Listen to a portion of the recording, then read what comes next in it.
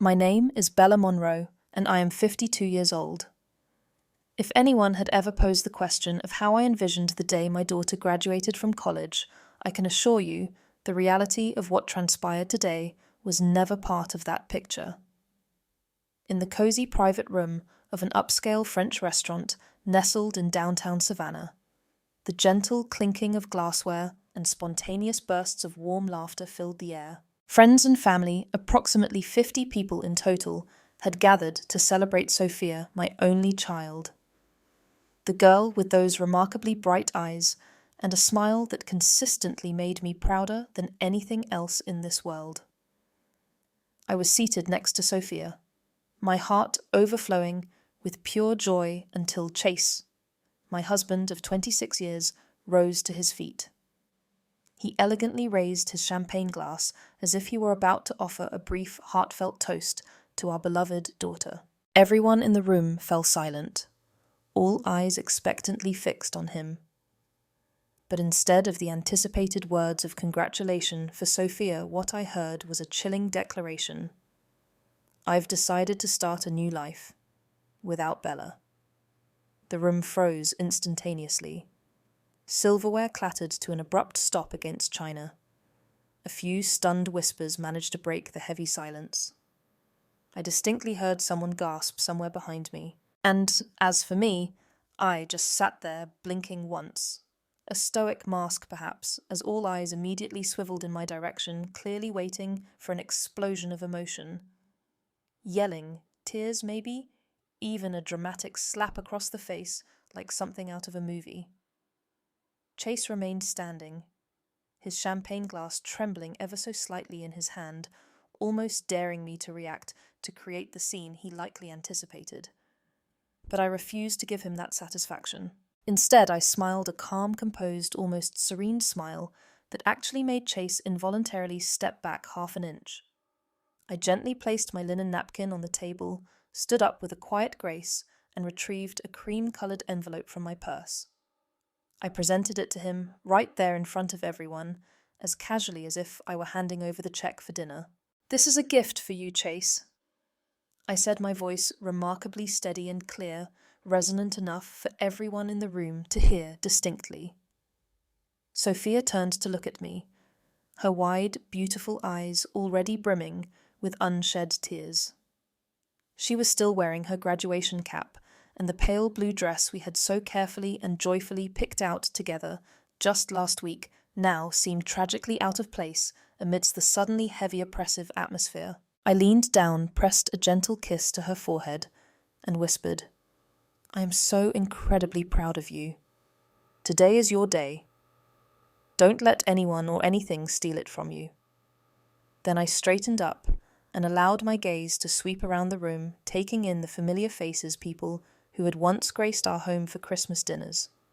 Individuals who had once sat around my kitchen table laughing heartily at silly jokes. Now many of them studiously avoided my gaze, looking away like guilty children caught in some misdeed. Because they knew. They all knew Chase was involved with a woman nearly 20 years his junior. A young woman named Lauren, who used to call me Sis, with an unsettling sweetness every time she visited our home. I took a deep, steadying breath, managed to conjure the most gracious smile I could possibly muster under the circumstances, and said to the assembled guests, "Please, everyone, enjoy the rest of the party. Have a truly wonderful afternoon." Without waiting for any reaction, I turned with quiet dignity and walked out of the banquet room. My heels clicked sharply against the polished marble floor, the sound echoing through the now silent room like a solitary bell tolling in an empty church. I didn't look back. I didn't need to see their faces to know, with certainty, that they were watching my every step, my every move. When the heavy restaurant door finally slammed shut behind me, I finally allowed myself to exhale a long, slow release of pent-up tension. Outside, the sweltering June heat of Georgia hit me with its full force, but I welcomed it. It was a stark reminder that I was alive. I was still standing despite everything. Behind me, I heard the restaurant door crash open again, and Chase's voice, no longer confident and composed, but unmistakably frantic, called out my name. Bella, what in the world are you doing? Are you completely crazy? I continued to walk slowly down the stone steps leading away from the restaurant. A cold, almost imperceptible smile spreading across my face, a smile Chase had never witnessed before. Because over the many years of our marriage, I had played the role of the dutiful, accommodating wife so exceptionally well that he had apparently forgotten who I truly was, a woman who had once long ago built a successful career from absolutely nothing before willingly giving it all up to support his dreams and ambitions. I didn't respond to Chase's desperate shouting. I didn't even bother to glance back in his direction. I just tightened my grip on my purse, feeling the reassuring presence of the second envelope nestled inside a meticulously prepared copy of the divorce papers, along with all the irrefutable evidence I had so carefully and patiently gathered over time. I could still vividly remember the bitterly cold winter day when everything inside me irrevocably shifted. It was a bleak January evening, and I was in the process of reviewing our family's year-end bills. Chase wasn't home again, offering his usual increasingly flimsy excuse of needing to meet with clients in Hilton Head. I opened the bank statement initially, planning to just skim through it quickly before starting dinner. But then a small, entirely unfamiliar charge immediately caught my eye, a transaction from a high-end jewelry store in Atlanta. I frowned. Chase never wore jewelry himself, and I hadn't received any kind of gift from him in many, many years. A cold, creeping sense of foreboding began to settle in my heart. I started paying much closer attention to the details. More suspicious charges soon popped up: dinners at expensive romantic restaurants I'd never been to with him, unexplained hotel bills from boutique establishments, random flight tickets to cities Chase had never even mentioned visiting for work. I didn't confront him immediately. I didn't scream or hurl accusations. Instead, I quietly, methodically noted down everything: dates, exact amounts, specific details of each transaction. About a week later, I stumbled across Chase's forgotten iPad left carelessly on the sofa. The screen was still illuminated, and a private conversation was open. Lauren. Her name glowed at the top of the chat. Along with that name was a flood of intimate messages promising a new life together, a house by the beach, and countless nights spent alone, wrapped in each other's arms. I closed the iPad with hands that were visibly shaking, but my mind in that moment felt clearer and more resolute than it had ever been. If Chase thought I would simply go quietly into the night, he had grievously misjudged the woman he had married. That night, when Chase eventually came home, I greeted him with my usual practiced smile. I poured him his customary glass of wine and pretended that nothing whatsoever had changed between us. But deep inside my mind was already made up. The very next day, I scheduled a meeting with Charlotte Reynolds, a formidable divorce attorney I knew from a finance seminar I had attended a few years prior. Charlotte was sharp, no-nonsense, and most importantly, completely discreet, exactly the kind of legal counsel I needed.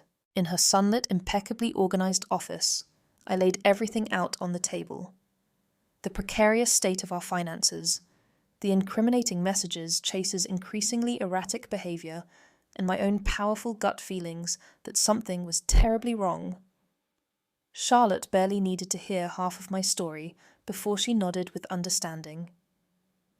"The very first thing we need to do," she said decisively, "is to check your prenuptial agreement." I retrieved a copy of the document from our home safe. It was a prenuptial agreement that Chase himself had insisted upon before we were married, back when I, ironically, had possessed significantly more assets than he did. I remembered the bitter, almost metallic taste in my mouth when I had reluctantly signed it all those years ago. But I had never, in my wildest imaginings, envisioned that more than 2 decades later, that very same piece of paper would become my most crucial shield. The agreement clearly stipulated that if either party was found to have committed adultery, During the course of the marriage, the other party would automatically retain the majority of the marital assets, including the family home, all retirement accounts, and any shared investments. From that pivotal moment onward, every single night after Chase had left for his supposed client meetings, I spent countless hours meticulously going over bills, bank transactions, and email exchanges, diligently backing everything up to a private encrypted hard drive. I also hired a private investigator, Jason, who happened to be a childhood friend of my brother's, to discreetly track Chase's movements when necessary. It didn't take long for Jason to deliver a comprehensive set of photographs. Chase and Lauren holding hands intimately at a luxurious beach resort where they had checked in under assumed false names. I was careful, methodical, treating every single move like a strategic play in a high-stakes chess game. I didn't just want to leave Chase. I wanted him to feel utterly powerless to truly taste the acrid bitterness of the betrayal he had so casually and so cruelly inflicted upon me over the course of the past year.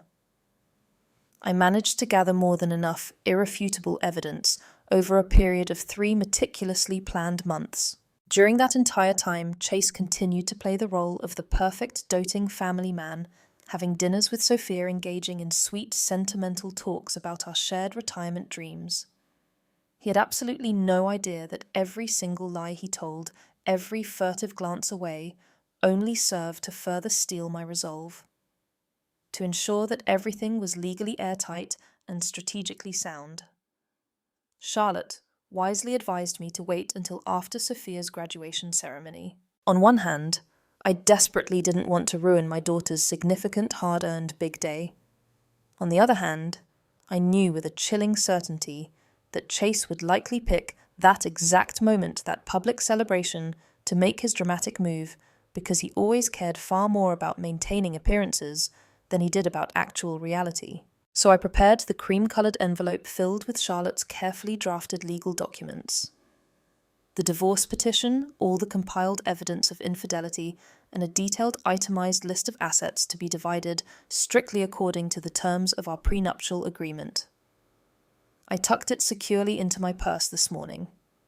I was ready.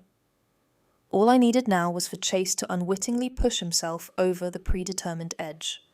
And true to form, he did not disappoint me. The sound of Chase's footsteps urgently running after me, his panicked voice desperately calling my name, only served to strengthen my already firm resolve. With each determined step I took, I consciously left behind years of blind loyalty and unreciprocated devotion, walking steadily toward a future where I would no longer be chained by his betrayal and a litany of empty, broken promises.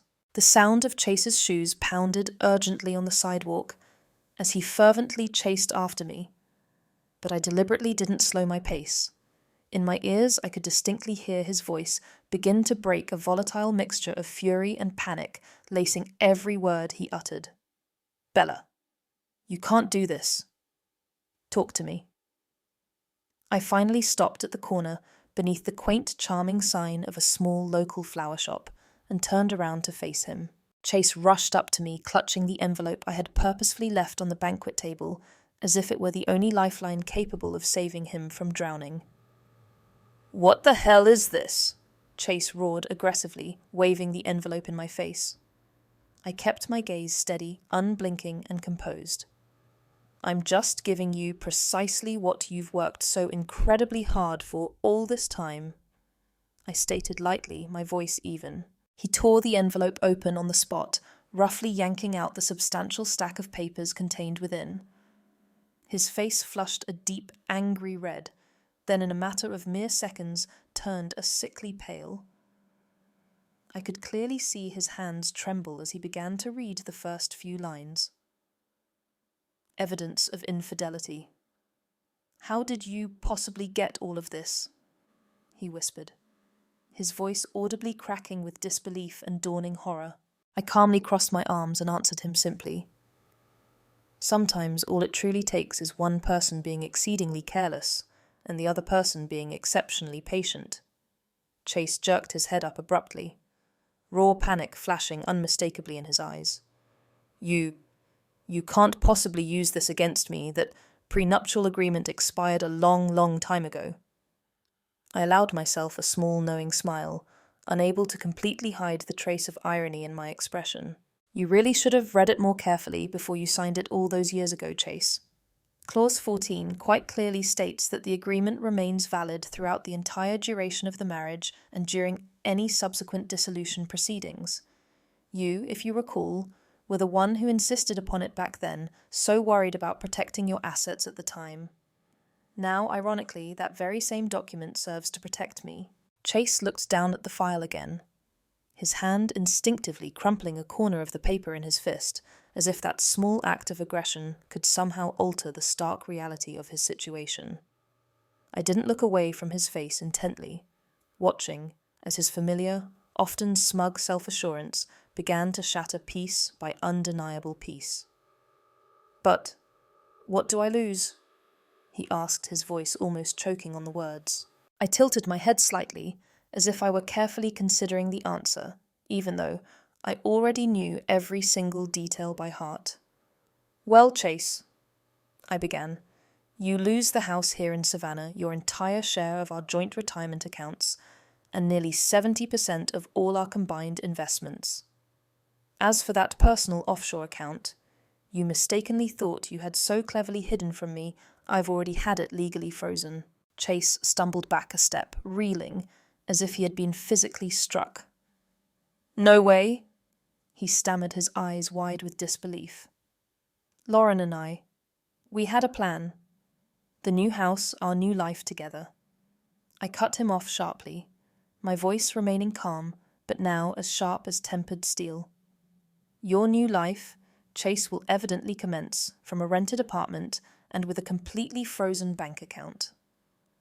The early summer breeze carried the faint, sweet scent of blooming flowers from the shop next door. Amidst that peaceful, almost idyllic backdrop, Chase looked utterly hopelessly lost, like a man who had suddenly and irrevocably realized he had lost absolutely everything of value in a single, devastating moment. He clutched the stack of papers tighter, his eyes now red and watery. "You're destroying me, Bella," he rasped, his voice raw with emotion. "No, Chase," I replied, my gaze unwavering and direct. "You've been systematically doing that to yourself for a very long time now. I'm simply allowing you to finally deal with the inevitable consequences of your own actions." A taxi pulled up to the curb nearby. I raised my hand and calmly flagged it down, not willing to spare another precious second for the man who now stood frozen like a statue before me. As the car door swung open, I turned back one last time. "Chase," I said, my voice low, deliberate, and unequivocally final. "I once loved you with my whole life, with every fibre of my being, but you carelessly threw all of that away for what amounted to nothing more than a fleeting, inconsequential fantasy. From this moment onward, you are entirely on your own." I stepped into the waiting taxi and firmly closed the door. As the car pulled away from the curb through the rear window, I saw Chase standing there, utterly alone on the sidewalk, still holding the crumpled envelope, wearing the bewildered, shell-shocked expression of a man who had just lost his entire world in an instant. Inside me, there was no lingering anger, no residual pain. Only a deep, profound sense of liberating relief, as if I had finally managed to shed a heavy rusted suit of armor that I had unknowingly carried for far, far too long. I knew there was still a long, challenging road ahead of me. The impending legal battle, the inevitable gossip, the curious, pitying stares. But I also knew, with an unshakable certainty, that I had successfully reclaimed the most precious thing of all the undeniable right to my own life, lived on my own terms. I returned to the old familiar house in Savannah's historic district, just as the evening light began to dip the distinctive red brick walls in a warm golden hue. This house, I reflected, had once symbolized everything Chase and I had supposedly built together. Or so I had mistakenly believed for so many years. Less than an hour after I had walked through the front door, I heard a car tear aggressively into the driveway. The front door then flew open with such force that the hinges audibly creaked in protest. Chase stormed into the house, looking like a dishevelled lost storm, the crumpled papers from the envelope still clutched tightly in his hand. "Bella," he shouted, his voice frantic and desperate. "We need to talk right now." I remained seated calmly on the living room sofa, the warm yellow lamplight casting soft, gentle glows on the cherished family photo wall. I slowly closed my laptop and looked directly at him, my expression devoid of any discernible flicker of emotion. "Sit down, Chase," I said, my voice as calm and collected as if I were politely inviting a complete stranger into my home. But Chase didn't sit. Instead, he began to pace back and forth across the room like a caged, agitated animal, erratically tugging at his hair and breathing heavily. You can't possibly do this to me," he finally burst out, aggressively pointing a finger at me, as if he was somehow trying to reach for, or perhaps demand, some shred of sympathy. The Midtown apartment Lauren and I were just about to rent. They just called and informed us that the lease application was denied. Why? I leaned back further into the plush cushions of the couch, my fingers calmly interlocked in my lap. "Is it perhaps because your credit file was recently flagged?" I replied coolly, my voice even. "It seems several suspicious and rather large transactions triggered a system alert. The brokerage office consequently called our home number to verify these activities. I, of course, answered the call, as any responsible and concerned wife naturally would." Chase's eyes widened in visible shock. He opened his mouth as if to speak, but no words came out. I continued, giving him no time to react or formulate a defense. "And that's not all, Chase. That personal offshore account you thought you had so very cleverly hidden from me, it's completely frozen now, under a temporary court order." I allowed myself a small, almost imperceptible smirk. "Congratulations, Chase. You now have exactly 2 viable options left. You can either rely on the kindness and charity of others, or you can start learning very quickly how to live a much more humble and modest life." Chase stumbled heavily into the armchair across from me, his elbows resting on his knees as he buried his head in his hands in a gesture of utter defeat. It was an image, a tableau of despair that I knew I would remember for a very long time. "I just wanted a better life," he mumbled, his voice dazed and distant. "Lauren and I, we had so many plans, Bella. We really wanted to start completely fresh." "Then by all means, start," I said, my voice gentle, yet razor-sharp with underlying meaning. "Start by learning how to pay your own rent, pay your own electricity bills, and most importantly, Chase, start facing your own very real consequences." He looked up, then his face flushed a deep mottled red. "You're deliberately ruining my life over one single mistake." I laughed, a dry, hollow sound, utterly devoid of any shred of forgiveness. "Mistake," I repeated, emphasizing every single word with chilling precision. "Forgetting your wife's birthday. Chase, that is a mistake. Leaving a coat behind at a restaurant. That is a mistake. What you did, cheating on your spouse, systematically hiding marital assets, and meticulously planning to abandon your family on your own daughter's most significant day of achievement, that is not a mere mistake, Chase. That is a conscious, deliberate choice." Chase stared at me, a dawning realization in his eyes, that his usual excuses and manipulations would find no mercy here, not anymore. "I need money," he finally said, as if merely stating the obvious would somehow magically fix his predicament. I calmly crossed my arms, leaning back further into the sofa. "Indeed. You had a secret account. You had Lauren. You had all those grand plans. But what you don't have anymore, Chase, is me. And you most certainly don't have Sophia." Hearing Sophia's name seemed to make Chase flinch, as if he had been physically punched in the chest. Does she know?" he asked, his voice audibly breaking. Not yet, I replied. But she will very soon. And when she does, Chase, you will be the one who has to explain to her precisely why her graduation day turned into such an unmitigated disaster. Chase sat frozen in his chair, looking as if the full crushing weight of all his mistakes had finally and completely overwhelmed him. I stood up from the sofa and picked up my keys from the nearby table. I'll give you exactly 2 days to pack your personal belongings and vacate the premises, I said, my voice steady, firm, and unequivocally final. After that, all the locks on this house will be changed. You will need to find another place to begin your new life. So, I walked to the door without looking back at him. As I closed it firmly behind me, I left him utterly alone in the room, with nothing but the sound of his own heavy breathing and a cold, oppressive silence that he no longer knew how to fill. I drove straight to Deanna's house. Deanna is Chase's sister, and remarkably the only one in his entire family who had remained consistently loyal and supportive of me throughout everything. Her small, charming house with its pale blue shingles sat quietly nestled under giant ancient oak trees, just a little outside of the bustling downtown area.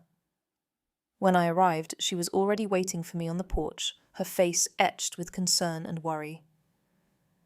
"Are you okay, Bella?" Deanna asked as soon as I stepped out of my car.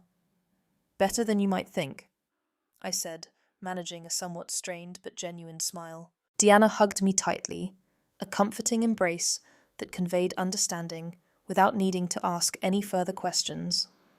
In that moment, I knew I had found the right safe place to regroup and begin to heal. Sophia, my daughter, would join me there later that night after she had finished celebrating her graduation with her friends. I had already texted her briefly, assuring her that everything would eventually be okay, and that all she needed to do right now was to trust me. We were sitting together in Deanna's cozy living room, sipping calming mint tea, when the doorbell rang urgently, its sharp sound shattering the fragile calm of the evening.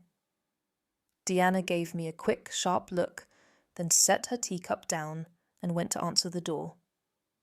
Heavy, agitated footsteps echoed across the hardwood floor.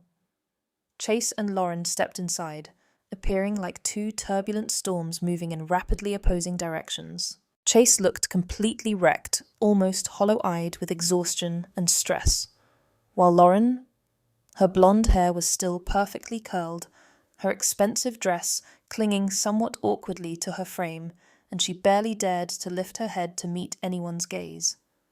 I remained seated on the sofa waiting. "Bella?" Chase began. His voice strained clearly, struggling for some semblance of forced control. "We really need to talk about this." "We've talked enough, Chase," I replied coolly, my voice unwavering. Lauren shifted nervously beside him, her eyes darting around the room, visibly uncomfortable. Clearly, she hadn't expected this kind of confrontation or atmosphere. Chase then turned towards Deanna, as if he were desperately seeking an ally. But Deanna simply crossed her arms and firmly blocked the entrance to the living room, refusing to let them come any further into the house. At that exact moment, Sophia entered the room from the back door, still wearing her navy blue graduation dress. Her high heels now noticeably dusted with dirt from her earlier celebrations.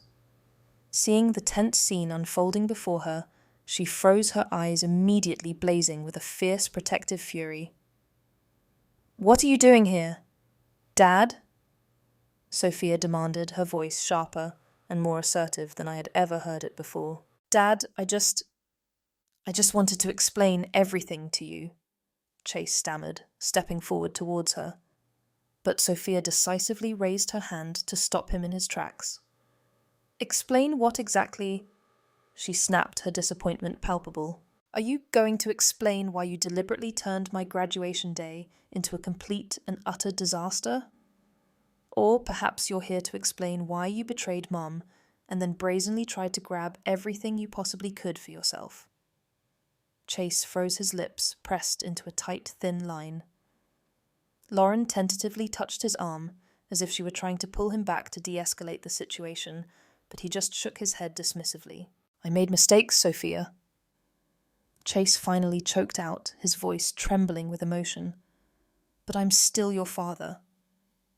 Sophia looked at him, her eyes brimming with a profound sense of disappointment. "Don't you dare use the title of father to try and excuse what you did," Sophia said, her voice firm. "If you had truly cared about this family, about any of us, you wouldn't have chosen today of all days to reveal your betrayal." The air in the room grew thick with unspoken accusations and raw emotion. Chase turned to Lauren, perhaps searching for some form of agreement or support from her. But Lauren had already instinctively stepped back, her gaze shifting rapidly from embarrassed to deeply doubtful. That money, Chase promised to invest in our new apartment," Lauren stammered, her voice barely a whisper. You said it was already transferred, but I just called the bank. The account is completely frozen, so... Was it all just empty promises then?" Chase turned away pointedly, avoiding her eyes. I remained seated, observing the scene unfold, needing no more words from anyone. Lauren looked around the room, her gaze finally settling back on Chase. The devastating realization of her situation seemed to shatter across her face like a cracked mirror. "What else are you hiding from me?" she asked, her voice now breaking with a mixture of anger and disbelief. Chase said nothing. And in that profound, telling silence, Lauren finally understood that she had foolishly bet her entire future on a decidedly losing hand. "I was such an utter fool," Lauren whispered, her voice trembling uncontrollably before turning abruptly and rushing out the front door without waiting for Chase to say another single word. The door slammed shut behind her, the sound echoing heavily throughout the now quiet house. Sophia watched Lauren leave, then turned her gaze back to Chase, her expression a complex mixture of deep sorrow and profound disappointment. "I don't know if I'll ever be able to truly forgive you for this, Dad," she said, her voice low, weary, and filled with an undeniable sadness. "But right now, I just want you to leave." Chase opened his mouth as if to say something, perhaps to offer another excuse or a plea, but then he just nodded slowly, his shoulders slumping in defeat. He walked slowly toward the door, his entire demeanor that of a man who had finally and irrevocably lost everything he had once carelessly taken for granted. When the door closed again, Deanna gently placed a comforting hand on my shoulder, giving it a gentle, supportive squeeze. Sophia came and sat down beside me on the sofa, resting her head against my shoulder, just like she used to do when she was a little girl. None of us said anything. We didn't need to. The silence in the room was no longer heavy or oppressive. It felt like the quiet, hopeful beginning of something new, a chance to rebuild from the wreckage we had once thought could never possibly be repaired.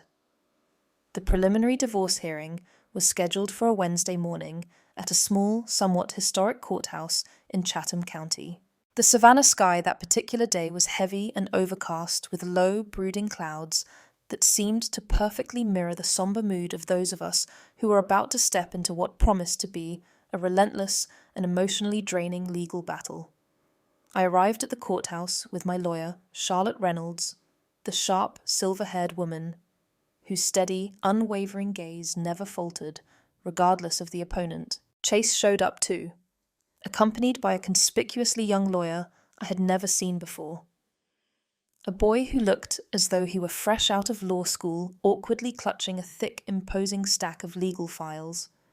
Charlotte gave me a quick, reassuring glance, her mouth curling into a faint, almost imperceptible smirk. "Don't worry, Bella," she whispered. "He's no real match for us." We took our designated seats at the plaintiff's table, while Chase sat directly opposite us, looking absolutely nothing like the confident, self-assured man who had once so boldly walked into my life 26 long years ago. He studiously avoided my eyes, his fingers nervously fidgeting with the worn leather strap of his wristwatch. The judge, a stern-looking older woman, with an air of no-nonsense authority, entered the courtroom and promptly called for opening statements. Charlotte began by methodically and clearly laying out all the facts of the case. She emphasized that the prenuptial agreement remained unequivocally valid, that Chase had demonstrably breached the fidelity clause contained within it, and that it was therefore necessary to immediately freeze all marital assets to ensure fairness and prevent further dissipation during the upcoming division process.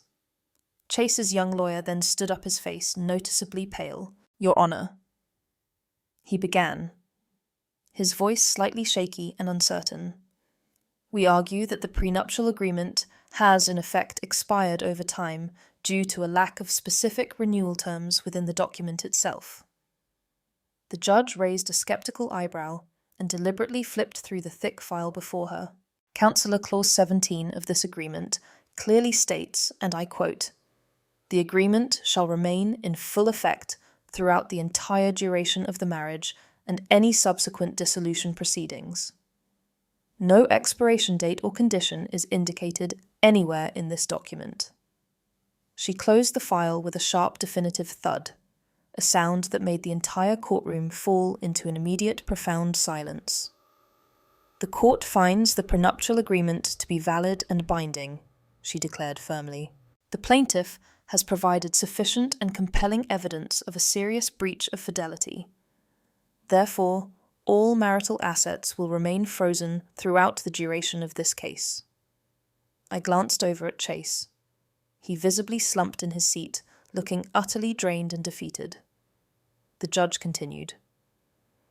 "Regarding the marital residence, the plaintiff, Mrs. Bella Monroe, shall have temporary exclusive use, possession, and management of the marital home until a final ruling on this matter is issued.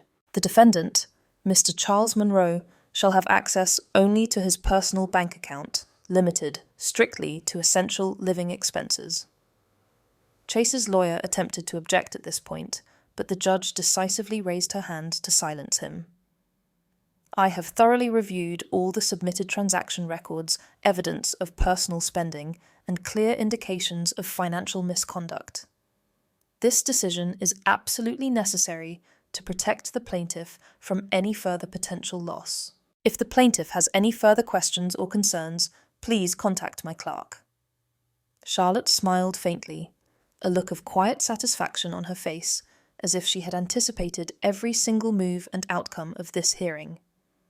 After these temporary rulings were officially announced, the judge adjourned the hearing. The official trial to finalize the divorce would take place within the next 60 days. I rose from my seat, calmly gathering my papers together with a neat precision, while Chase remained frozen in his chair across the aisle. As I stepped out of the courtroom, I heard his hesitant, uncertain footsteps following me down the now empty hallway. "Bella, please," he finally croaked, his voice barely a whisper. We once loved each other, didn't we?" I turned slowly, meeting the eyes that had once held such power over me. Eyes that had once convinced me that nothing in this world could ever possibly tear us apart. Now they were filled only with a deep, hollow regret. "I loved you, Chase," I said, my voice calm, remarkably free of any lingering anger or bitterness. "But I also love myself. And that self-love, that self-respect, doesn't allow me to forgive such a profound betrayal." Chase stared at me, his mouth moving almost imperceptibly as if he were desperately searching for words. But none came. He simply lowered his head, his shoulders sagging heavily under the immense, crushing weight of his own poor choices and their devastating consequences. I turned away from him, then walking steadily down the long hall with a strange, unexpected sense of inner peace. Outside, a soft, gentle rain had begun to fall onto the historic cobblestone streets of Savannah, as if it were symbolically washing away the last remnants of a life to which I no longer belonged. News of our impending divorce spread through our mutual social circle like wildfire. Within a matter of weeks, whispered gossip at various gatherings, and hushed phone calls had morphed into undeniable, publicly acknowledged truth. Chase Monroe. The man, once so proud and boastful of his worldly success, had rapidly become a hollow, diminished shadow of his former self. Not long after the preliminary hearing, I heard through the grapevine that Lauren had in fact left Chase. She had apparently packed her belongings and moved out of the temporary, rather modest apartment Chase had struggled to maintain under the considerable financial strain imposed by the court's rulings. A mutual acquaintance later recounted to me that one night at a local bar, Lauren had been overheard muttering, "I certainly didn't sign up to love a completely broke man." The small company Chase had so confidently boasted he would build into a sprawling empire quickly crumbled into insignificance. With no discernible financial skills of his own, and crucially no one left to financially back his ventures, a series of bad investments rapidly drained what little capital he had remaining. Within a mere 3 months, his former office space had a prominent "for lease" sign in the window, and the company website displayed a permanent "under maintenance" message. Friends who had once eagerly toasted with him at every celebratory event mysteriously disappeared. There were no more invitations for leisurely golf outings, no more requests for his presence at prestigious charity galas. A few acquaintances cautiously reached out to me, perhaps offering condolences or seeking details, but I politely declined to engage.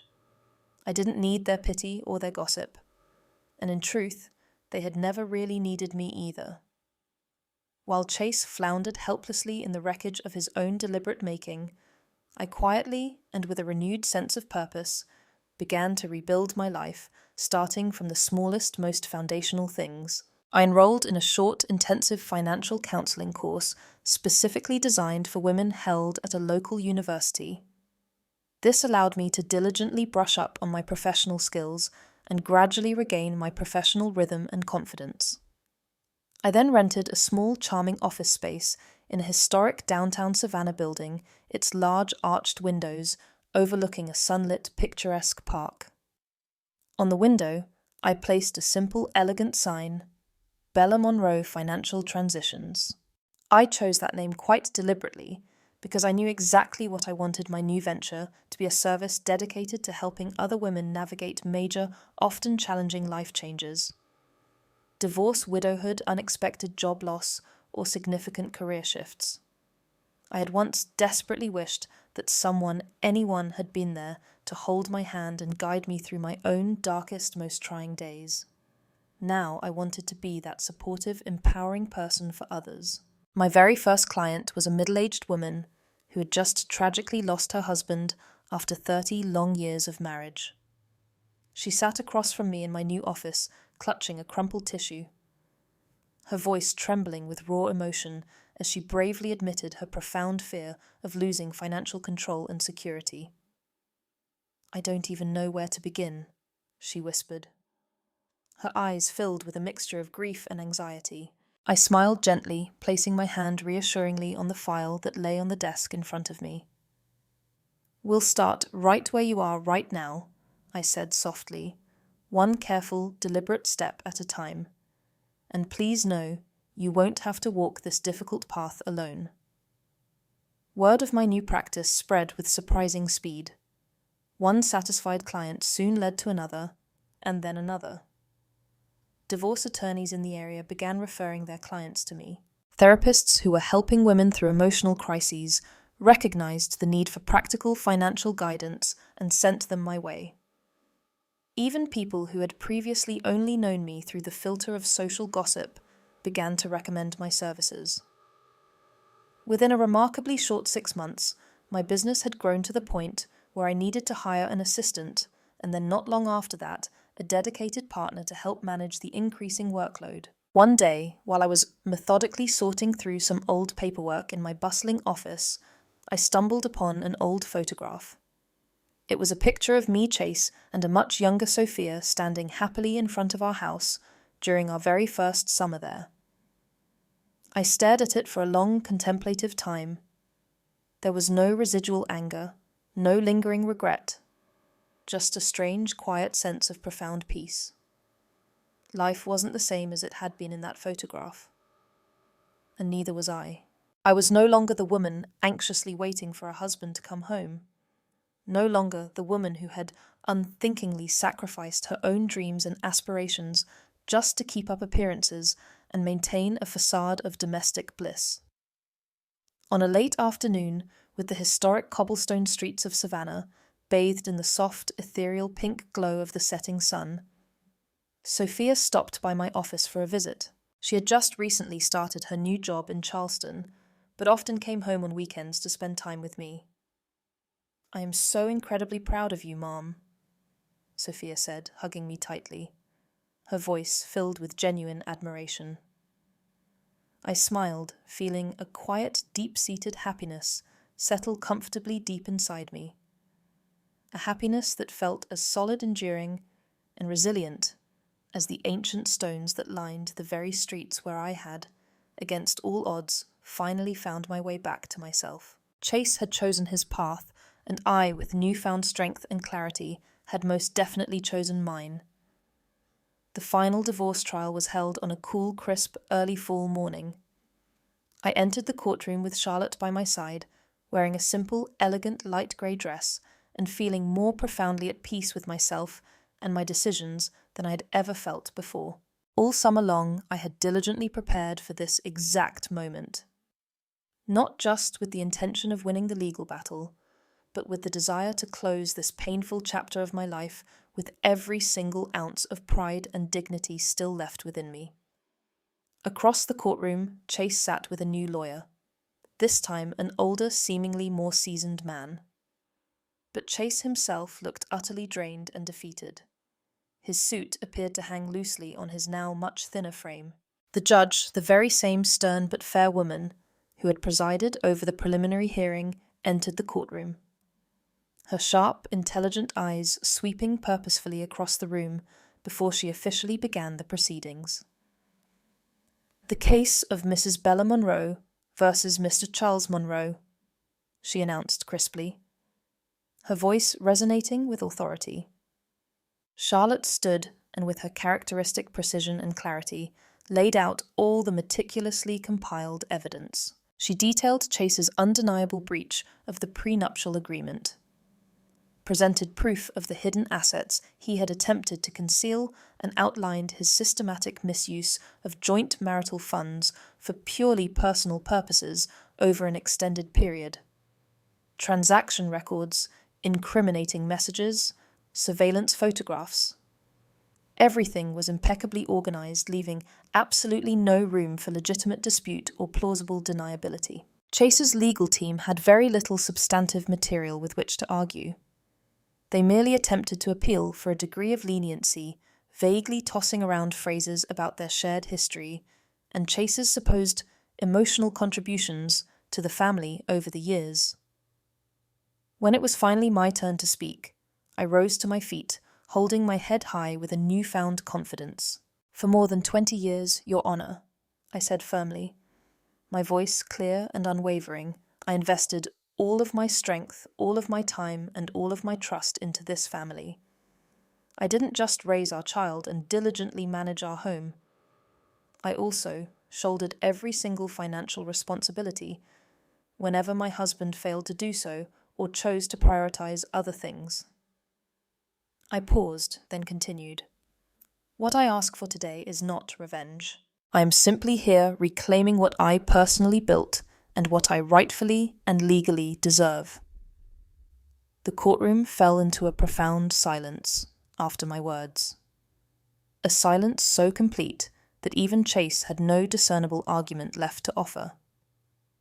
He simply stared down at the polished wooden floor, his fists clenched tightly, as if he were desperately trying to contain some overwhelming emotion from within. Finally, after 3 long and undeniably tense hours, the judge delivered her verdict. Given the clear and irrefutable evidence of a significant violation of the prenuptial agreement by the defendant, she stated, "The court hereby awards Mrs. Bella Monroe full and unencumbered ownership of the marital home located in Savannah."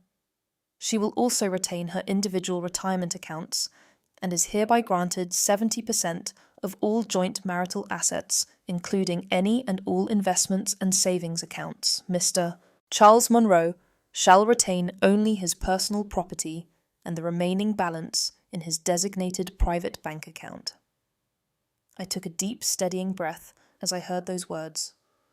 Not because I was necessarily celebrating a victory in the traditional sense, but because I finally truly felt the immense weight of years of burden lifting gracefully off my shoulders. Chase remained completely motionless, as if he were frozen in place, unable to process the finality of the judgment. I glanced at him one last time, feeling no residual hatred, only a profound sense of regret. Regret for a man who had ultimately lost everything precious in his life because of his own consistently poor and selfish choices. As I stepped out of the courthouse, the gentle autumn sunlight wrapped around me like a warm, comforting embrace. Charlotte gave my back a light, encouraging pat.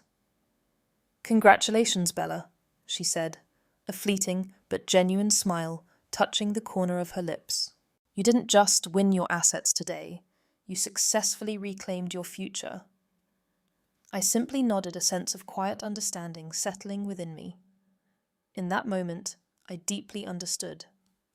Life isn't always inherently fair, but if you stand firm for your own worth, for your own dignity, there will inevitably come a day when justice in its own way finally smiles upon you.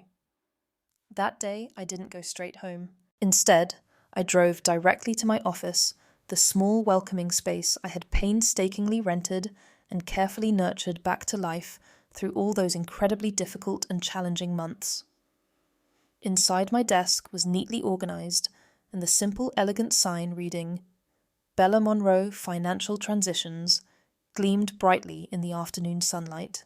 It served as a silent, powerful reminder I had indeed risen from the ashes of my former life and successfully built a new, empowering world with my own two hands. Chase had lost almost everything of material value in the divorce, but his greatest, most irreplaceable loss wasn't the money or the property. It was the trust, the respect from his family and former friends, and above all, the love and esteem of his own daughter. As for me, I didn't just reclaim my life. I rediscovered myself stronger, freer, and no longer defined by anyone else's expectations or limitations.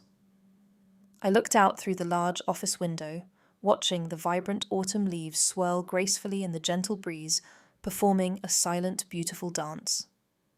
An old, painful chapter of my life had finally blessedly closed.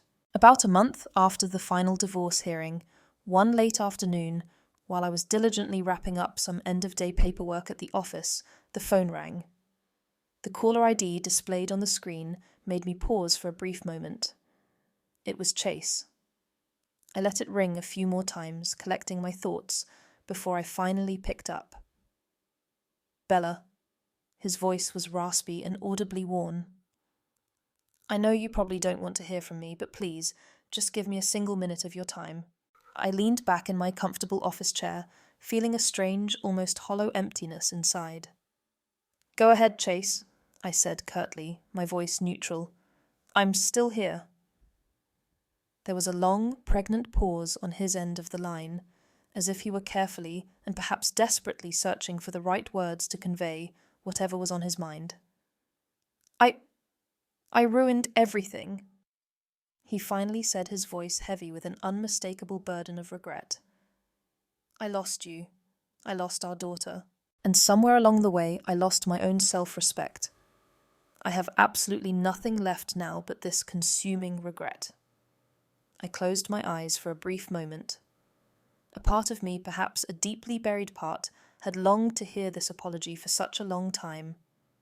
But now, actually hearing the words spoken, I felt only a profound sense of relief.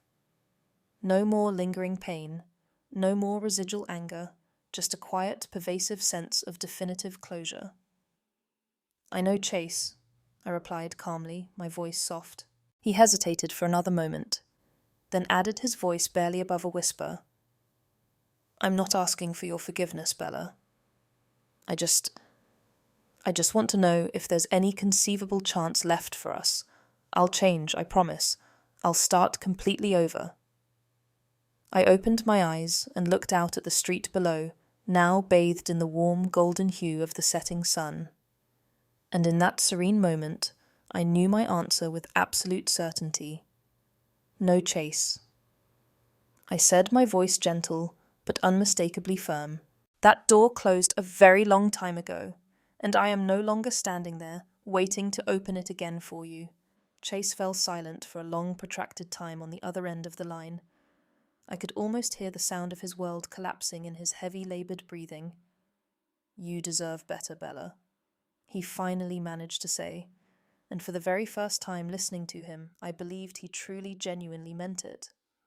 I hung up the phone, then feeling no discernible ripple of emotion in my heart. The old painful story had truly irrevocably ended. My life subsequently moved into an exciting new chapter, one I hadn't even dared to imagine for myself just a short time before. My small fledgling office grew with surprising speed, compelling me to rent a much larger, more suitable space within just 8 months of starting. Clients kept coming, primarily women who had been knocked down hard by life's unexpected turns, now sitting across the desk from me with a renewed, hopeful light shining in their eyes. I didn't just help them manage their money. I listened intently to their personal stories, offering guidance and support as they began to plan for a future they had once mistakenly thought was irretrievably lost. I became their steady, reassuring hand, the kind of supportive presence I had once so desperately wished for during my own darkest, most challenging days. Sophia, my wonderful daughter, called me regularly from her new home in Charleston. She had just recently been promoted to lead the entire communications team at her company, and in every single call I could hear the uncontainable pride and joy resonating in her voice. "You're my ultimate role model, Mom," Sophia had whispered to me one quiet evening as we sat together on Deanna's porch, sipping warm tea. "Not just because you survived everything you went through, but because you so courageously turned your profound loss into your greatest strength." Those words, more than any conceivable financial success or professional accolade, were the greatest, most meaningful reward I could have ever possibly received. One particular weekend, I treated myself to a much-needed solo trip to Asheville, nestled up in the beautiful mountains where the vibrant autumn leaves painted the rolling hills in brilliant, breathtaking hues of red, gold, and orange. Standing on the balcony of a cozy little homestay I had rented overlooking the stunning, vibrant valley below, I felt my heart open wide, completely and utterly at peace. I once mistakenly believed that happiness meant keeping a family intact at all costs, enduring any hardship for the sake of unity. But now I understood with a deep experiential clarity that true lasting happiness actually begins the moment you consciously choose yourself, even if that courageous choice costs you every single one of your old cherished dreams. Bella Monroe, who had once lived her life in the considerable shadow of a man, had finally and triumphantly stepped into her own brilliant light, confidently writing her own unique story with no one else's approval or validation needed or sought.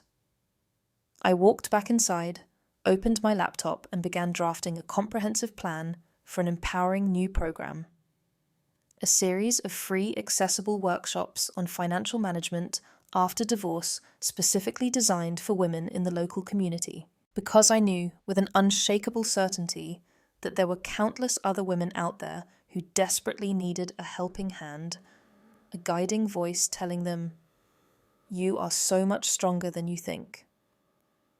And this time, I would be that voice for them. Bella's story is a powerful and moving testament to the incredible strength found in rebuilding one's life after experiencing profound betrayal. From a woman who had selflessly sacrificed everything for her family, she rose again with remarkable resilience after enduring heartbreaking treachery, courageously reclaiming her life with perseverance, dignity, and newfound wisdom.